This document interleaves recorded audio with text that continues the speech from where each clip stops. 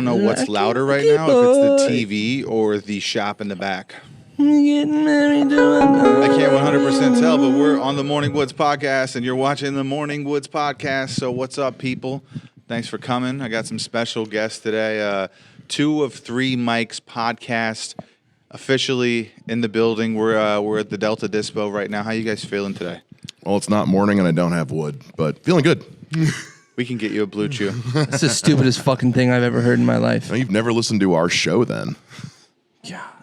Well, speaking of your show and this show, sometimes when you're making a show, you realize that things, you run into roadblocks and it's mishaps. So you start late. So I think we should celebrate early, and we should get these beautiful cigars that Mike rolled up. He brought us some really nice I did not cigars. roll these. Yes, he did. He is from Cuba. He's a refugee.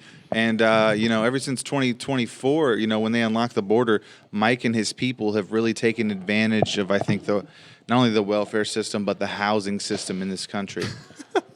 He's got to preheat the I love watching this. Mike, it's so meticulous. You have to talk into the mic so we can see, the camera can see you, though. Because if you're not talking, the camera won't see you. And I want people to see you doing this right now. Does that make sense? But you have to make noise. I want you to. So I'm going to switch to Mike's mic. Now you can see the cigar, and you can see that Mike is a professional at lighting a cigar. We had a torch, but it was taken away from us, just like everything else in my life.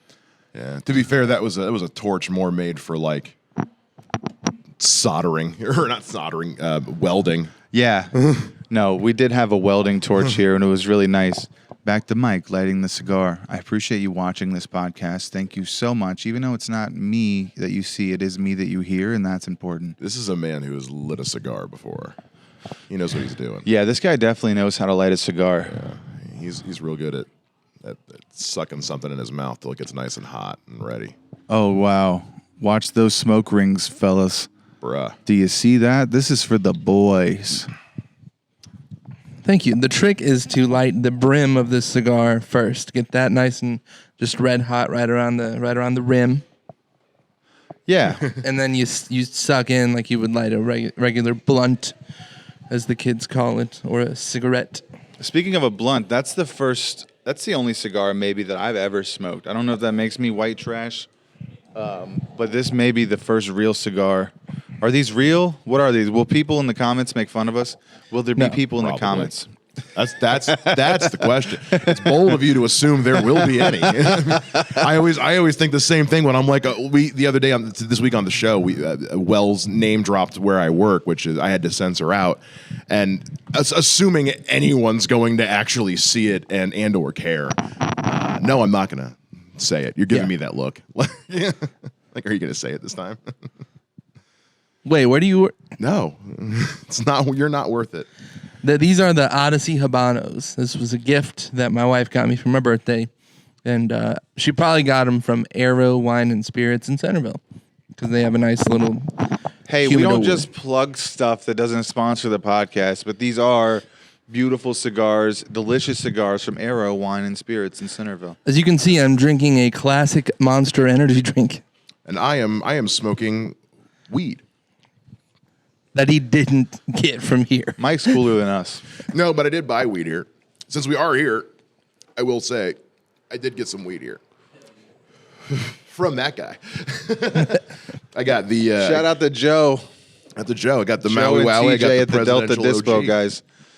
Hey, yeah, if they want to start, hey, Joe, maybe you guys can just give me like $50 an episode and I can just start plugging you...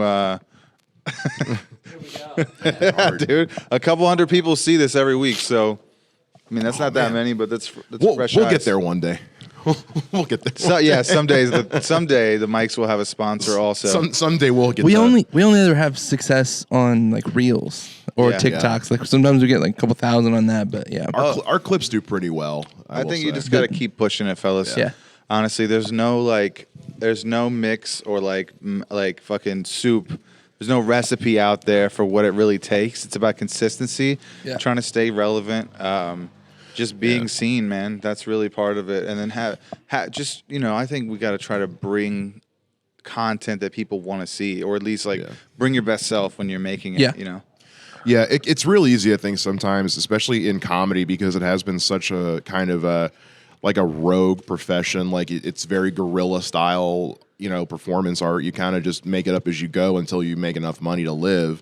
And I think sometimes the idea of doing anything that's like polished and or organized can seem a little almost like selling out. Where it's like when a punk band gets too popular, suddenly they don't feel punk anymore. Yeah, but you got to stop looking at it like that, because you need a corporate marketing strategy. Because that's what everybody that we look up to. Yeah. They all have agents and corporate marketing strategies and like PR agents and they have a team full of people that are doing these things, so they don't have to think about it. So maybe it's not part of their world. Yeah. Taylor Tomlinson didn't get a lead in from Stephen Colbert just because she's funny and hot. There's got people working on her behalf that are there was a strategy put in place, which I think, and I think if anything, with our clips doing well, then that lets me know that then we're putting out good content. We just need people to see it. Yeah, I need to follow those trends. Whatever it is that the clips are doing, whatever you're doing in those clips, keep following those same trends, and just because if you see the successful content on YouTube. Not even podcasts, not stand up, anything in general, whether it's sketch or people doing pranks on people, they do the same video 100 times. Yep. Yeah. Okay, so you're not going crazy, you're just in a loop. And then if the loop is working, why fuck up a broken system? Yeah. I'm the one who uploads everything and I look at all the numbers and stuff. And so I look at that stuff all the time and wait, real quick. Blacks. Thank you. Mike says blacks when he burps. Yeah. He only told us that. You guys didn't know that at home, but throughout the podcast, if Mike says, you can't. You I'll throw up. Yeah. Oh God, you can't force it. Well, he can't burp on command, so he'll never be a burp star. But yeah. It's almost become. I've debated putting in a blacks counter on the show but every time you guys have a black guest. Yeah, exactly. Yeah, the algorithm might not like every time we have Ray on, basically Ray or Jarrell on. No, but the problem is the way we do our show is we record for 2 hours and then I edit out the best it's like a 25-minute video. Yeah, so it's who knows whether or not they're going to make it into the actual show at the end. Just put everything. Why are you doing so much editing and stuff? Why don't you just kind of fucking? We used just to a conversation. When Wells and I first started doing the show together, when it was just the Basement Lounge was the old show. The moment we started doing shorter episodes, the numbers went up. It was just one of those I think people just unless you have an already established audience that wants to hear you talk. Yeah. For 2 hours, they're not gonna want to listen to you talk for 2 hours. Mine was the opposite. I did for a year. I did 30-minute episodes. I switched, and then I was even doing 2-parters there for a while with different guests. We would record for an hour, but I would only put out 30 minutes of it, and then the next week another. And it seemed that my views started dropping. And I don't know. That could also be things like the thumbnail and the quality of the content and guest as well. So, but now I'm doing a full hour now. Typically, we'll get a full hour in. And it seems to be that the retention rate is going up and the actual views are going up. So what I can tell you from a podcast fan, as somebody who's listened to your show, is the one-on-one interviews. People love those. Especially when it's one-on-ones with comedians, and they love that stuff. But also and I've said this to you before, so I'm not just blowing smoke up your ass because we're on camera. Hi, Mom. Hi, Mike's mom. Which is you. She's not watching this. You conduct incredible interviews. You're a great interviewer. Dude. That means a lot. The most recent ones with Kevin and Layla in particular were fantastic. So I think it lends itself to just Vine Ripe Yeah, shout out to Adam Little and Layla. That was a great episode. He said Vine Ripe ketchup. Yeah, Vine Ripe ketchup. I want that on a sticker. So, dude, this is the thing is, so Adam just grabbed some ketchup from the concessions in the back. And he brought it on the stage, and then at some point in the show, he just started riffing on an ad. And he just did a fake ad, and I wasn't even sure if it was really his ketchup or not. And I was like, I wasn't sure, dude. So we just did an ad on ketchup, and then we just kept saying it the entire fucking time. It was pretty stupid. But yeah, it was a lot of fun. Shit like that. I love stuff that's just I love shit that's just funny for the sake of being funny. I love comedy with a point, but I also love stuff that's just stupid. Man, I like to look at the world absurdly. Yeah. I think a lot of my friends in comedy are the same way, or we can at least appreciate a little bit of absurdity because we live in Ohio. Most of the people that we hang out with most of the time, so it's like we all have day jobs and we have families and shit. So it's like we can't be on 24/7 in some corporate or like professional environments, you know. And that goes. It's that way for a lot of people. So it's like when you get to cut up and be fun, dude, like you should take advantage of it because how many interviews with my friends do I get to have? Yeah. Who knows how long this is gonna last or. You know what I mean? Yeah, that's why I love doing our show because I have an excuse to hang out with two of my best friends for 2 hours once a week. Yeah. I don't like if it succeeds, like I want it to succeed. I want it to be a part of a comedy career that can sustain me in some way, shape, or form. But at the end of the day, I get to hang out with my buddies once a week and it just make content out of just us being buds. You're working in the business. Yeah. I mean, that's what counts. My favorite parts of going on, we were on the road on Sunday with Jarrell, and my favorite parts of those trips of us on the road is just the hours on the road, just getting to hang out. Yeah. It's the best. It's a part of comedy that I think. Talking about which comics we hate. Yeah, talking definitely so Mike. much shit. Oh my God. Yeah. Yeah. Hey, look, that's what Yeah. you do when you're with your boys. You feel free. You feel loose. Yeah, And, you can't do that at open mics. Like yeah, you're not supposed to. you're not supposed You're to. really You're not. not supposed to. Some do. Yeah. Oh well, it's their choice. Yeah. That's the best part about it, though. I remember, you know, when I was on the road with different people, like earlier on in my career, I would think, like, this would be a sick podcast. Yeah, I was like, Yeah. this is conversation I've never had with normal people. I was like, these are other crazy folks that are somehow maintaining their ability to have a normal life, but then they're also doing this like vigilante thing at night, like a Batman or a Fight Club. That's what I look at comedy. It's like pirates.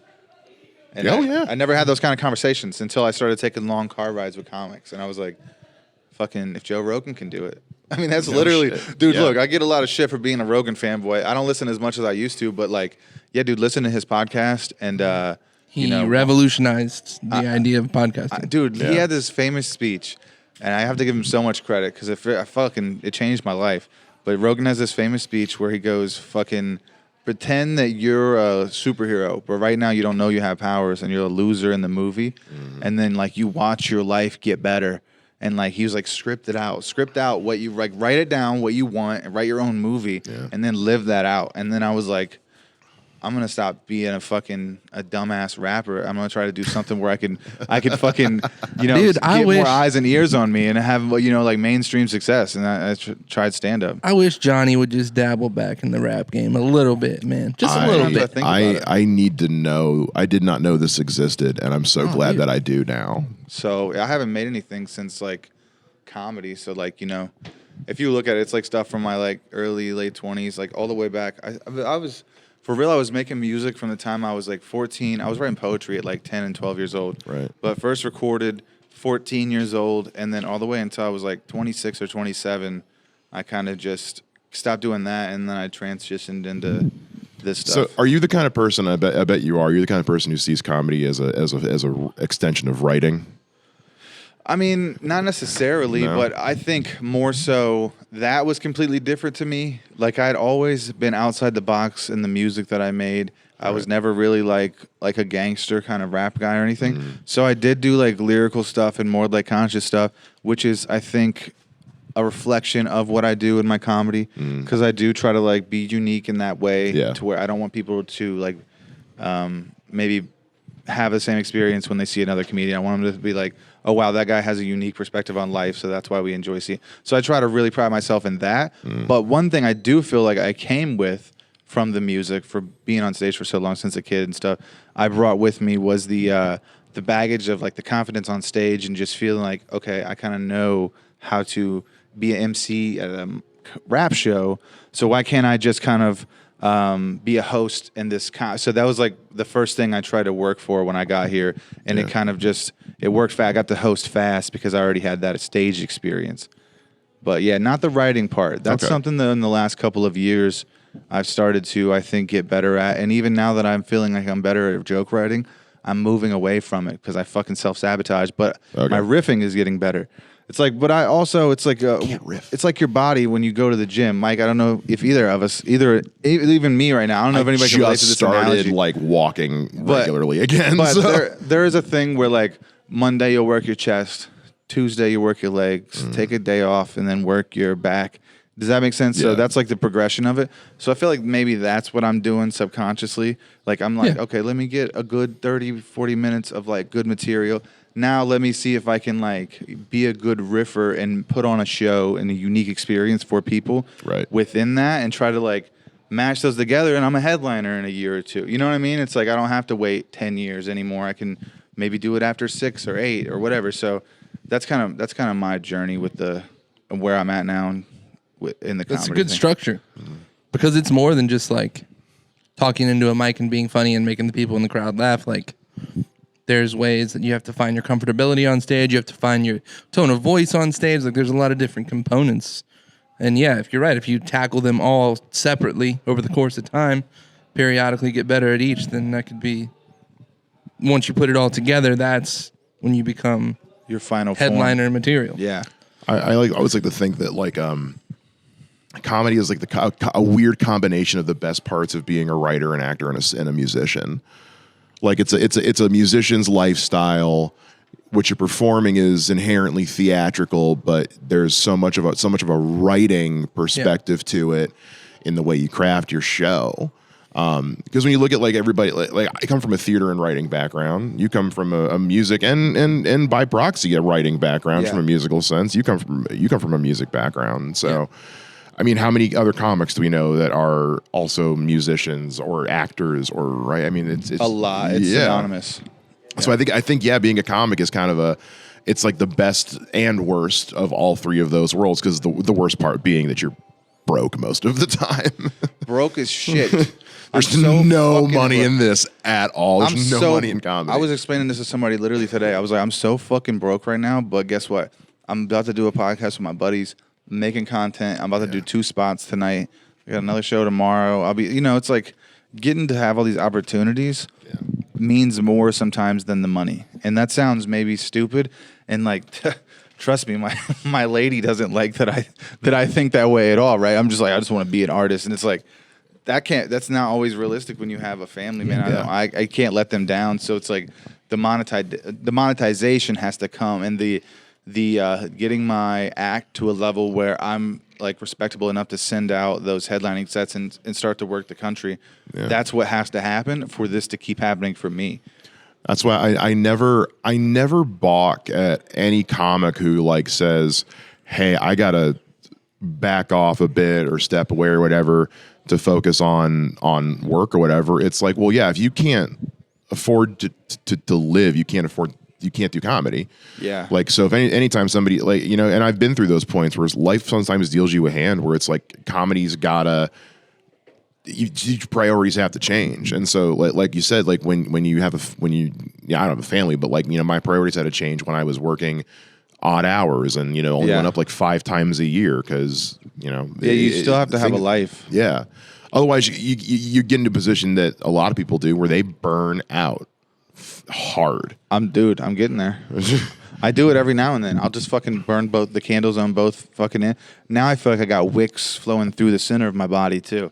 Like I just got my hands so full, dude, but I thrive in that chaos, dude. I grew up in that. Like my mom constantly moving around, like having different boyfriends and stepdads and like never making friends, dude, because I went to like 12 different schools as a kid. So like I just had so much that's what I thrive in is the insaneness of being late to a show when I begged for the spot in the first place, and then I'm trying to run 40 minutes with no gas to another show and dudes for no money. It's like I don't know what it is about that, but I get it's like I'm gambling with my life. You're comfortable with it. It's a controlled chaos that you can just kind of thrive in. Like it's chaotic, but it's chaotically going in the one direction. Like where it's going. It's going to be a bumpy road getting there. It's a fucking bumpy road, dude. Well, I mean, like case in the last couple of weeks. I mean, I flew to and back from North Carolina within 48 hours, and then drove up for a concert, drove back, drove down another 4 hours for a gig in Kentucky with this guy. Gave myself a cold in the process, and then. I'm already looking at like, okay, cool. I'm going to get rested up and I'm going to take a week off. But then I need to start like, it's one of those, I can't be out of it for too long. It's just so ingrained into me now. It's almost like having DTs. Yeah. It's like exercise and shit, or like being addicted to something. You agree, Mike? Yeah. Yep. You would know. Yep. So it's like, I think that's kind of part of your world too, is like, I'm an ex-addict. I used to be addicted to cocaine and Xanax and alcohol. And so like, I just don't talk about like my sobriety, and I still smoke weed. So I'm like Hollywood sober. But like, honestly, I hate when people say that. The California sober Hollywood, like, it's true. dude, if you... They drink wine and they still smoke weed, but they're sober. They just don't do meth. Well, yeah, no. like, congratulations for doing what you're supposed to be doing. What I'm saying is, like, when people are like, if you used to do cocaine heavily, but then you stopped, but you still smoke a little weed, fucking awesome. Great job. Yeah. I'm proud of you. Thank you, actually. If Well you done. quit all of it and you're stone cold, completely 100% sober, great. I'm proud of you. That's amazing. Like, I don't know. I hate when people classify like, oh, Like just somebody who still smokes weed isn't really clean. Or I get it all the time too. Like, I still fucking drink. Yeah. And everybody's like, oh, but you used to do heroin. He's like, I'm yeah, but I wasn't an alcoholic. Yeah, exactly. Never been an alcoholic. But I think having that personality, though, just that type of personality, because I know a lot of people who are prone to that are in the comedy community, it gives you the funny. And I know that sounds wild, but there's something like that it factor that nobody really knows how to like pinpoint, and everybody has a different level of it. You know it when you feel it. You do. You just know it. You're like, oh shit, that person. It's like, that's what makes them a good writer. And it gives you different skills. It's almost like not everybody gets the same. It's like some people would be prolific at writing, and some people would be just great at riffing or good at like writing movie or whatever. You know what I mean? Like, there's different levels of it, but that chaos gives you that sense of calm when you're focusing on your thing that you love. That's why I got into comedy in the first place. Was I was a theater kid, and I had terrible stage fright. What was your first role ever as a kid? I mean, I was how doing old were shit you? going all the way back to like preschool. I mean, Yeah, the first I was first one I remember specifically was because I was in Catholic school at the time, and every year we would do the big Christmas pageant at the church, and I was always one of the three wise men. Very cool. And every year I dropped the thing, And the yet little still. tin that was supposed to be. But yeah, no, I yet did it still because a I wise fucking man, one loved of it, the man. three- I fucking loved it. Yes, now I'm a Three mics man. Yeah, they really three mics men. There we go. That's going to be our Christmas episode. What does that camera say? How many minutes have we been rolling? That says 22 minutes. Okay, so yeah, they'll reset themselves at 29. Okay. So I always take a break right about 30 Okay. minutes. Just Cool. I got you. Yeah, my cameras do that too. yeah, all the DSLRs. It's some crazy thing with. can't turn it off. No one wants to hear this probably, but I'll tell you guys. It's some crazy thing with the tax on shipping. So certain electronics with certain CPU usages, they can't actually. They don't get the tax. So. If you have a bigger sensor in your camera, you can record for unlimited time or up to an hour. But the DSLR, they did it in the 90s, makes sense. and they still do them today. It's bullshit. But the DSLRs, that's why they designed them like that, so they could ship them from overseas, and they don't have to pay that exorbitant electronics tax. So it can only record for 30 minutes. So it's technically a camera. Does that make sense? I got It's you. considered. Yeah. They're considered photography cameras, but they fucking shoot in 4K. I know. It's like, okay. But it also it's a good excuse to take a break once in a while too. Otherwise, you just sit for fucking 2 hours like we do. Although to be fair, you guys get to go to the bathroom all the time. Yeah. There's been many an episode where I'm like, God, I hope one of these guys taking a shit doesn't pop up. You on guys the gotta have fucking mic. guests, I think, man, to mix it up too. You know what I mean? Like, Yeah. I like you Yeah. guys' podcast. I think it's fun to listen to. But Thanks, man. also, We're getting there. Yeah, just do different stuff. I know you were talking about upgrading your cameras recently, and like that gets eyes on you, man. Yeah. You know, as corny as it all sounds, like Dude, it's a the business videos model. have been really high. And we only just very recently added video into it. It used to be an only audio podcast for the longest time. You got to compete, dude. Yeah. There's not only other podcasts in the market, Yeah. but now It was- even in our city, there's 3 or 4 that are popping up. So it's It like, was purely a financial restriction. Yeah. At the time, I still had my house and was broke. I was losing money every month. I mean, my house was on the market for like 6 months. You know, Vander was broke. Wells has got, wife, another kid on the way. Like we're all struggling. We're all struggling, and that shit was expensive. And also just the studio space we had just wasn't set up for it. Yeah. It was, but now we're I'm moving with my mom. I'm back in the basement, which is where I started podcasting to begin with, and the setup we have down there, and also now because selling my house wiped out 2/3 of my financial problems. yeah. So I get to keep more of my paycheck now, basically every 2 weeks. So having that extra wiggle room financially I was like, okay, cool. First thing I'm going to do is I'm going to do the shit we've been talking about doing. I got new webcams, I got new microphones, got new cables. You know, I upgraded the shit that needed to be upgraded. That I was tired of Frankensteining together, and said, okay, now we've got the basics.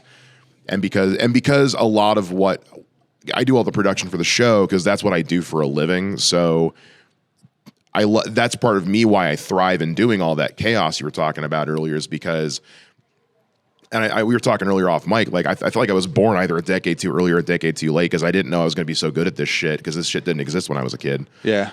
And so it was all radio stations at that point. Like, which is how I got into broadcasting. It was in that. I thought that was going to be the shit too, dude. And then, like, for real, whenever I was in college, you know, YouTube was really popping off.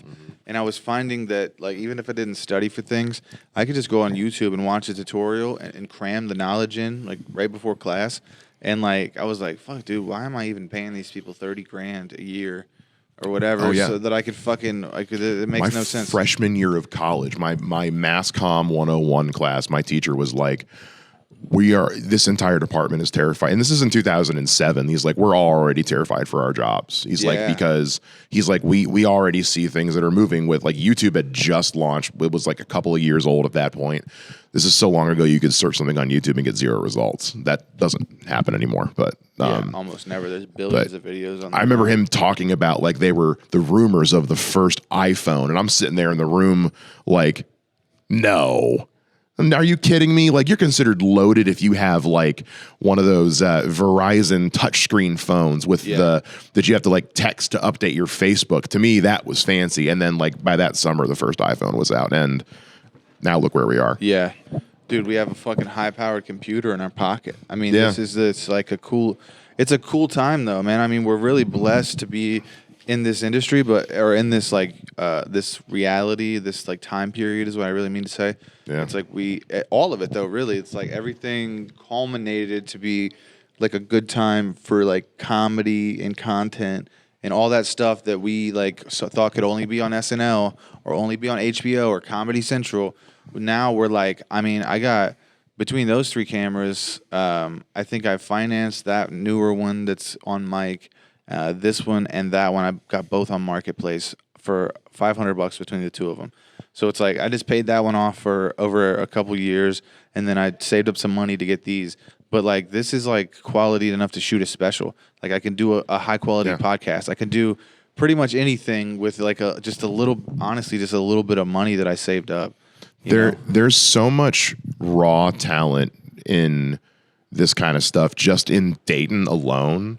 Like, we could easily turn Dayton into, like, the fucking Hollywood of stand-up if we wanted to. Yeah, dude. It's from indie stand-up. Daytonwood, baby. It's real. I don't know who built that sign over there off of fucking 3rd Street by the tattoo place. Yeah. But rock the fuck on, man. Holy shit. Yeah. I love that. I do too, Daytonwood. There's so many cool things that that came out of Ohio and Dayton specifically, like Flight, like the pop tab, like the fucking cash register. Like, I mean, just so many things. The Incredible Hulk, you're welcome. So many things, right? But Bruce Banner in the comic books is originally from Dayton, Ohio. Really? I am that nerd. That is cool. That's going to be a Shea shitty fact. You think he's done fentanyl? Probably. He's from Dayton. I mean, oh yes, that's probably true. That's what made him into. That's what it was. If he didn't have the fentanyl in his system, the radiation would have killed him. Yeah. But the radiation and the fentanyl combined are what turned him into the Hulk. Every time he turns into the Hulk, Bruce Banner's really just ODing on his own blood. Yeah, dude, he just turns green. People turn blue here, but he's probably just in a tropical environment. He's just it's in California. And then ScarJo is his What Narcan. it is it's him turning blue from dying, but also going jaundice, and that's the yellow with the blue makes the green. I went to school, kids. Oh, and then in the last movie when he's just regular, like, kind of big Hulk, but still fully aware. That's a rehab Suboxone. I like that. I was gonna say that was when he was the post-rehab douche. That's fake Hulk, dude. The fucking MAT Hulk. Fucking lab tested Hulk, dude. That's legal. Nice. Your probation officer will give you that. Yeah. You're like right at 29, 30. All right. We're gonna reset. We'll be right back. Oh man. Record on. Holding that back. Okay. We're back. God, it's so weird not being the guy running shit. And we're back. no. I don't know if Mike's camera was ever on. Did you start this one? Don't fuck with me, dude. Dude, I swear to God. I hit record on it. Do not fuck with me. I don't know. May have stopped. May have just stopped on its own. May have stopped on its own. Do not fuck with me. Do not. I know I hit record on that thing. I double checked all. Welcome to the Morning Woods podcast. Where I likely haven't been seen at all. Bullshit. Dude, I'll put a picture of you in there, and then that's what I had to do for the episode I did with Layla. Her camera died with me and Adam Little and Layla. She died like the last 10 minutes. She's dead. Her camera died like the last 10 or 15 minutes, and Layla. I just did a picture and then I just linked that to the rest of the video. I've had to. I am no stranger to having to make some, because there are some things you're just never, as a podcast guy, you're never going to know until after you've done recording and you get into the edit. Yeah. And so I'm no stranger to having to put some disclaimers on some. I did one this week because there was this one period where our audio was just a little fucky, and I just cut in and I go, hey, from here, it's not the moment you're thinking of. I was like, hey, from here to here, it sounds like shit. Here's what happened, and we're back. Nice. So it wasn't the sex talk? No, it wasn't the sex talk cool. thing. Dude, Because I was I'm really bad at. I wish I had more help, bro. I wish I had like a guy, like a Mike fucking Shea. Everybody needs a me. I'm so just bad, saying. dude, because I want to do my tour dates and stuff, or at least my local show dates. That way people can come out, because I've had people come to shows before, and, you know, based on watching the podcast, because like sometimes I'll put all the right things in. I'll put the fucking graphic at the beginning. I'll do my tour dates, everything. But then sometimes I'll just post it because I'm so flustered and I just want to get it content out there. Do you ever post just to get shit out there? Oh, not it was either last week or the week before we did an episode. The one where we talked about Caitlin Clark, the one where Rosie fucked everything up in the middle of the episode. Yeah. That was fun. Anyway, that week, that was the week because I backed out of Go Bananas at the last minute that week. Beginning of the year, I had diverticulitis, and I'm in the middle of like some health changes and shit. So my body's a little unpredictable right now. And that week I had just been not feeling good. And so the edit took for fucking ever. I was like, guys, it'll go up when it goes up. I like when I have the fucking energy to do it.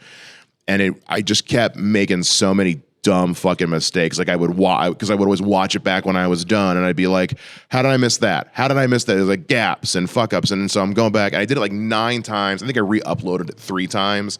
And even on the final upload, it still wasn't great. And I was like, I don't give a shit if this gets views or not. I'm over it. Yeah. I'm fucking done. Just put it out there. Man, I've had a lot of bad episodes, I guess you could say. But basically that's just because like I'll get so into talking to the guest, or I'll get so like busy or caught up in something else that we'll just be rolling and then the recorder dies or Mike's camera's not on or whatever. You know what I mean?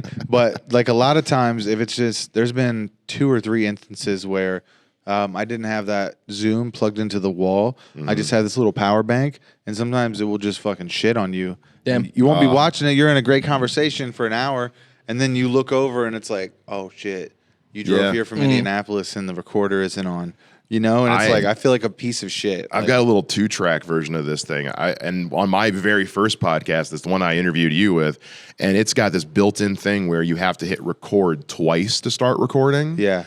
I can't tell you how many times in 3 years of that podcast I forgot to hit record twice. Oh man. Because why my brain just never clicked with my brain that I should have to hit the same button twice. Yeah, it doesn't the reason make sense. The first time was like preview to check your levels. The second time was to start recording. I understand that. Give me the option to turn that feature off though. Yeah. Because there was many times I had to re-record a couple of interviews with people because we looked at it and I was like, oh cool, we didn't record a thing for the 45 minutes. People get weird about it too. They're like, oh, the episodes are not coming out, and I'm like, I mean, I'm sorry, like I don't know what to do sometimes. Like as an editor, and look, it's like, You ever made a mistake? I feel like Andrew WK, like trying to do all this shit by myself, dude. I really do, bro. It's like it's too much. What a reference. Good for you. Dude, it's too much though. Andy's married to Kat Dennings? Yeah, dude, he's the shit. Hey, he is the shit. But low key, bro, I feel like it's too much sometimes. I feel like I have those are good problems to have, and I feel like I'm Got another. complaining. Take a shot. Dude. 2 blacks. Take a shot. Take a shot. Take a shot. You're not even drunk yet. Take a shot. Oh man, I feel like I'm just going on and on. That cigar got me pretty high. I appreciate you bringing those. Hell yeah. Cigar got I didn't you tell you high. it was laced with PCP. Oh, He didn't mention that. yeah. He just Oh, my bad. It's not cigar wrappers. It's just weed paper. It's just What did you reprimand those fucking from some guy at your rehab center?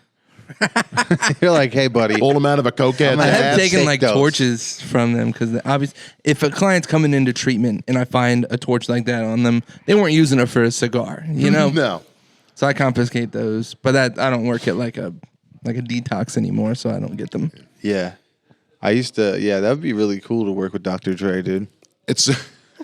He used to work on the Detox album, the one that never came out. That's fun. Something occurred to me today as I was driving here is, seems like no matter what happens, you and I are never far from each other because I'm either living next to where you work because your office used to be right up the road from my old house. Yeah. And then I'm moving with my mother, but then you get moved to a new office, which is right next to my office. Yeah. So it's like I can't.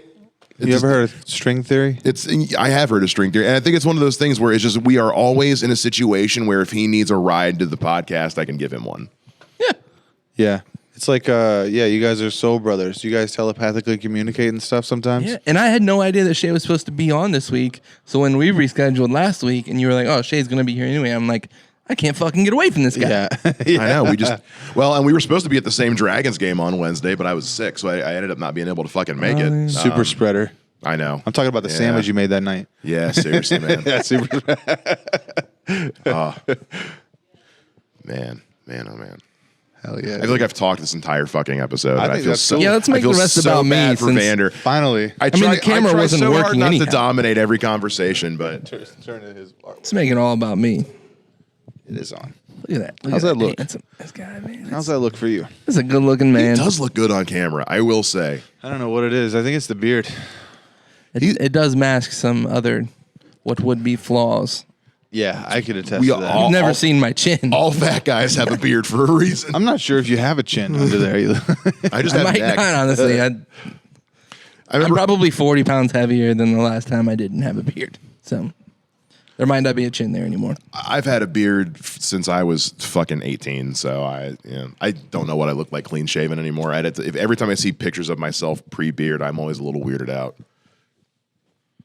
It's not what I see in the mirror anymore. Yeah, so you just like, you see yourself pre-beard and you're like, dude, I would totally molest that kid. Is that what you think? Is that weird you out? It's one of More those, like man, I don't know why that I kid hate get molested. why Funny did when I look at why did myself I hate without facial myself hair? so much in high school. I was a good-looking kid before I gained all that fucking weight. Yeah, it's like, dude, why do I want to fucking make out with my younger self? This is so fucking weird. This is maybe illegal. Actually, I will say it's one of those. Whenever I talked with my therapist one time, he's like, I told him, I was like, from high school through college, I said I dated pretty regularly, and then one day it all just stopped. And he's like, have you ever thought about what it was? And then I saw pictures of my younger self, and I'm like, oh, I stopped giving a shit. That's right. Yeah. You ever think about getting on testosterone, Mike? Fuck no. Dude, you should. I'm already like, half a step above Barry White. I mean, Yeah, dude, no. You like this is me after coughing for a week, but like I'm usually not much higher than this. Yeah, man, you could switch it up with some tests, bro. Like, I think guys, especially like with the diets and shit that we have, all this fucking industrial seed oil and shit making us trans. I just feel like fucking. Don't quote me on that. Don't quote me on that. Don't fact check that. I just feel like guys don't have as much tests. We don't have as much drive as we used to. We're just getting taller and heavier. I think we have plenty of drive. I think we need to figure out how to redirect it. I think You redirect some testosterone into your balls. redirect that drive into this shit. Yeah, into this that's how shit. we do it, man. They're ruining my relationship with my fucking girlfriend because I'm doing comedy all the time. My mom gets on me. Have you asked the girl out, Mom? When would we go? Yeah. When would we go? When? Before or after open mic? I double book shit all the fucking time. How many times have you and I had to reschedule shit in the years I've known you because I've double booked myself? I do the same thing. I'm a fucking dummy. I'm just because this is the thing. I'll say yes to everything. Yeah. And like I'm the fucking notorious for being like, of course. So glad I started going to therapy so I could stop doing that. Oh, dude, Tuesday at 4:30 a.m. I will be there. Yeah, you're welcome, Kevin. Can you help me move a refrigerator down some stairs? I'm like, Look, is we it all for said comedy? yes to brickies. So. Can we do jokes there? Yeah, there was I remember when I was still like actually like writing. There was a script floating around for a bit. A guy wrote about. It was supposed to be like a plot for like a TV series where I don't know who this guy is, so I'm putting your shit on blast. It was a good idea. But like, what if like all the different sects of like show business were their own little cities in Hollywood, and like what would the stand-up comedy street look like? And it's just like a fucking wasteland of like these zombie guys going like gigs, Yeah. or like heroin addicts going like, can I get 5 minutes, man? Can I just get fucking 5 minutes? You guys are gonna love it. I got a new one, man. Come on. Yeah, dude. That's I wish somebody real. would have made that. God, it sounds like a knockoff from Has Been Hotel. That's Is real this though. the stuff that killed James last week? I need it. I need 2. Heroin, no comedy. Can I get some comedy? You show up to your drug dealer. She's like, "What do you want?" I'm like, I don't know. Do you got any fucking jokes? That sounds like an old fucking Monty Python sketch. There's some shit like, can I get some slapstick today? I'm in the mood for some slapstick. Yeah. He's like, "You say smack? No, no slapstick. Everybody knows." Slapstick could be both like street slang for coke, a strain of weed, and a form of comedy all at once. Yeah, absolutely. It's as universal as the world fuck. Get one of those slapsticks, dog. You got the 2 for 10. It could be just a weird name for some like those fucking things you get at Speedway, the roller things. Yeah, the tornadoes or whatever. Oh, It's like, yeah, I yeah. called like them some tornadoes for so long, dude. I still call him that. Tornado? Yeah. Dude, I thought I was like, this is like Mexican shit. Yeah, dude. tornado. I don't know if I've ever told you this story, but so when I lived down south, there's this place down there. It's a fast food restaurant called Bojangles. Best like fucking fast food chicken and biscuits place you'll ever go to in your life. Terrible for you, will kill you, and it will take years off your life. When I first moved to South Carolina, I was like, what the hell is that? Store we drove by it, and the person we were with said, oh, there's Bojangles. Yeah, like he was doing like a bit. We legit thought it was called Bojangles for years. What's Bojangles? It's just Bojangles? and it was like and we would call it Bojangles, and everybody thought it was like a running inside joke with the people of the city. Yeah. So everyone thought we were just in on the joke, and then some guy one day just said, "Yeah, I'm gonna go get me some Bojangles." I thought he was joking, so I laughed, and he's like, "What's funny about going to get Bojangles?" And I was like, what is it you called it? Bojangles instead of Bojangles. And finally my roommate looked at me and goes, Mike, you know it's not actually called Bojangles, right? That's funny. I had to walk out of the room. That's really embarrassing. It was almost that and the time I found out narwhals were real. What's a narwhal? Those seals with the fucking horns coming out of their heads. Dude, those things are sick. I want one as a pet so bad. I didn't know they were real until I was like 25. I thought they were like some made up mythical bullshit. I never seen one. Yeah. I'd only ever seen them like in that dumb Flash cartoon that was on fucking like E-Bombs World. Dating myself here. Until earlier today, I thought that social media managers were just a myth. That no one, I was like, do they even exist? Yes, they fucking dude. There's old episodes of John Oliver where he just roasts the idea of being a social media professional. It's like, wow, I actually do that now. Yeah. Actually, Yeah, what it's I pretty do. crazy, dude. I Yeah. feel like I have my hands so full, though. We definitely have to talk about that. I text videos I make for work to these guys all the time, and I'm just like, this is what I get paid to do. How am I getting paid real American dollars to make TikToks? I don't. Yeah. How does this how my life turned out? I'm not complaining. It's just No, it's I'm wild. blown away. It's very wild, dude. God, It's just it's a cool time, man. For anybody who was like learning about this shit in the last 20 years, this is your time. it's the best and worst time to be a creative because like anybody can make anything and make a living off of it, but anybody can make anything And make a living off of yeah, it. exactly. It's a big pool. Everybody's is. in the same pool now. Yeah, well, it's almost like, and I think Blake Hammond said this to me, and I might have heard it before, but he said that basically we all have our own TV show online.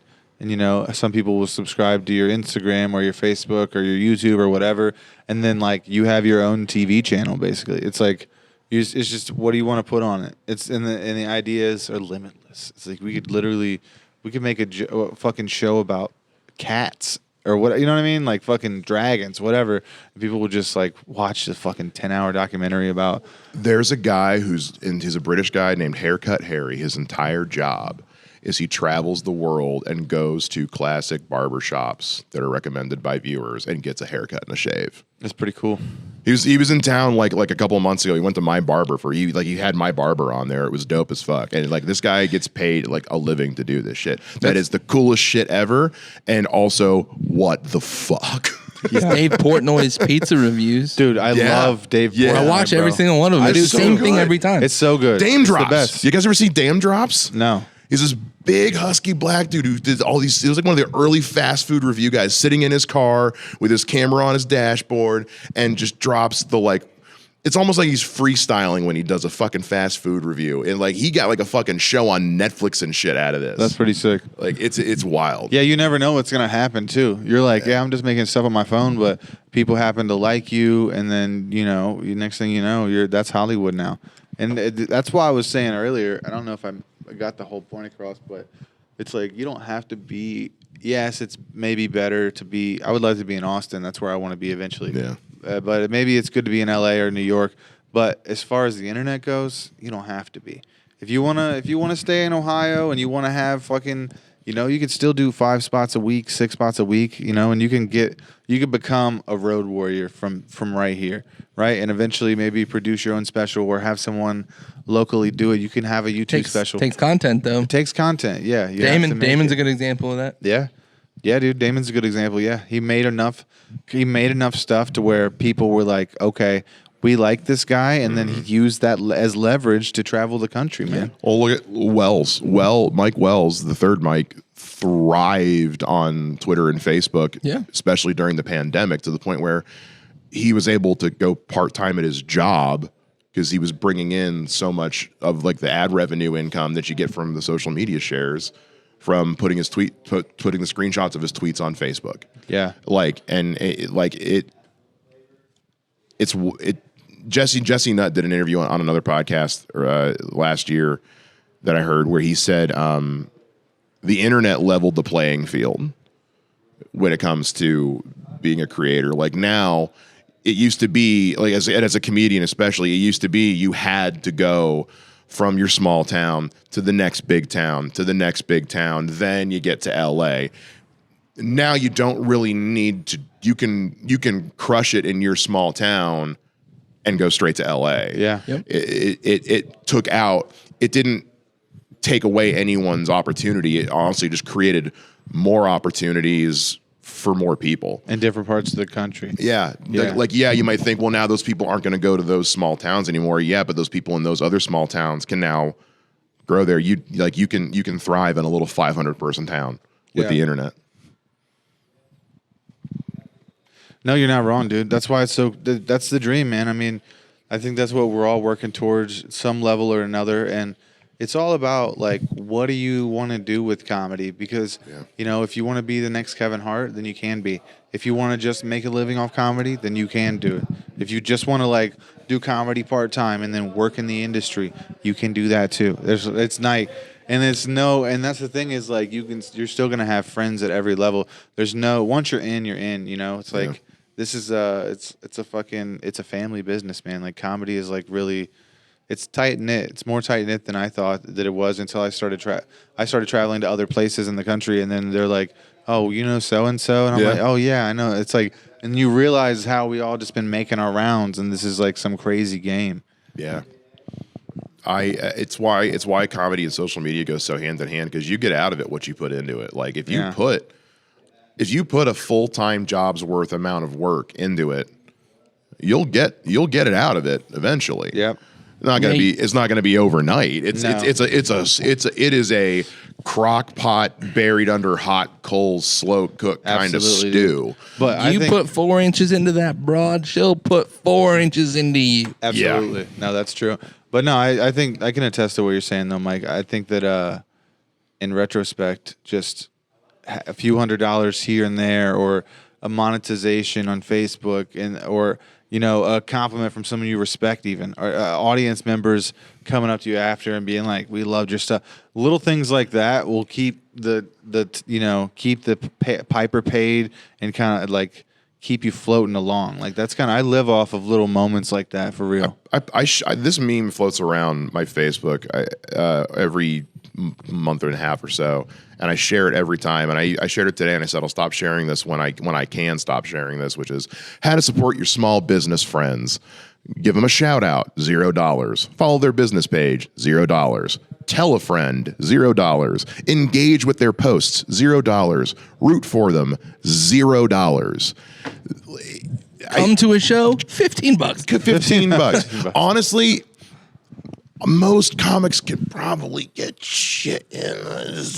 There's ways. I'm just saying, if you ask, if you're one of those friends who comes out to all the time, you'll start having to pay less. Yeah, They usually you can get a ticket. Yeah, people Like- will hook you up if you. And that's the ultimate way to support is to come out and show the club that your friend can sell tickets. Yeah. Like that's the ultimate way to support. It's not about it's not always about how funny you are. It's can you give us a reason to stay open? Yeah. Can you give us a reason Has to to be open the profitable doors? and marketable in one way or the other. You can be funny as fuck, but if nobody wants to come watch you, then no one's going to book you. And that's the line in comedy. That's the line we all walk. It's like, do I focus on my career or my act? And it's like you have to fucking just keep doing both. Keep doing both, because it's like the career and the business and the marketing, networking aspect of it are so fucking important. Like maybe some people say it's 50%, some people say it's 50-50, some people say it's 80-20. I think it really depends on who you are. I think it's 100-100. Yeah. Like you're any not good wrong. relationship, I think it's 100-100. I mean, Yeah, and I put know the effort that's dick shot. I know it's Flex. Yeah. I should try to work it in every time I cough. See if I can. No. He'll accidentally That'll- just say the full N I'll word. just say that. That's a sneeze. That's more of a sneeze. Yes, yeah. No. Hurt you. Yeah. That video, of that kid where he's like, I'm going to cough and it's going to cover up this part. And he goes,